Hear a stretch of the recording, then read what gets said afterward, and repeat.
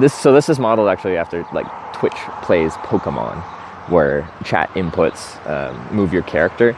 Now it is very different in some ways because your character moves like a couple times a second in Pokemon. We only get like between like 2 to maybe 6 inputs a day, like however many times I hitchhike that day to make an input. So it's done fairly differently, but every single ride we take is decided on by chat.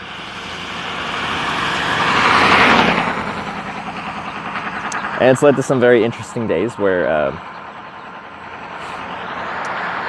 like at Corning, Arkansas, we caught a good ride with a truck driver, a good ways northeast of Corning. And then from one town, people voted to send me backwards once.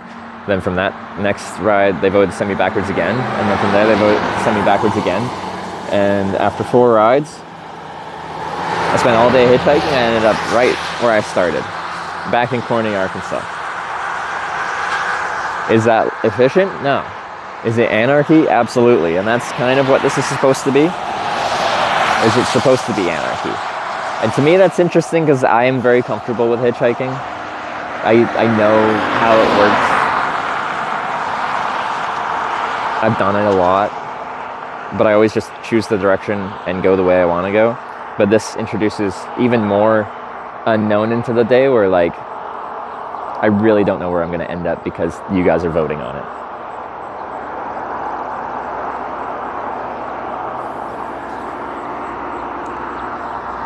The reason Corning, California attempt failed is a combination of factors.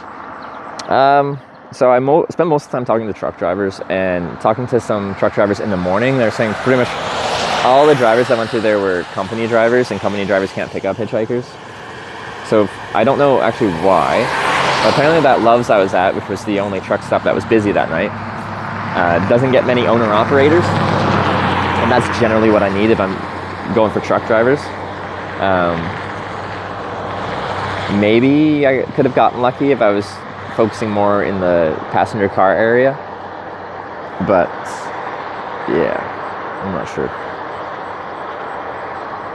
But it was overnight as well. And I think in general it's much harder to hitchhike at night. It's harder to convince someone to give you a ride at night. And I generally just never even hitchhike at night. It's actually one of my rules. I don't hitchhike at night, but I had to get somewhere, so we were trying. Oh shit, probably get out of the car moments. Jumping okay guy.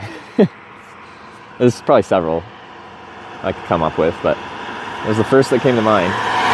Once he started trying to jump his minivan over these rolling hills in Hokkaido, Japan, it's just like, well, like through the translator, I'm like, you either need to slow down or let me out of the car, one of the two. So a few times where I've been like pissed at the driver, and I'm like you're a danger to yourself, myself, and everyone around you, and that makes you an asshole. Well, like get hit by a car at night?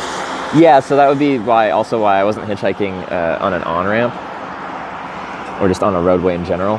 I was just hanging out at a truck stop, kind of like where it's well lit and people aren't in their cars, and trying to blag my way into a car.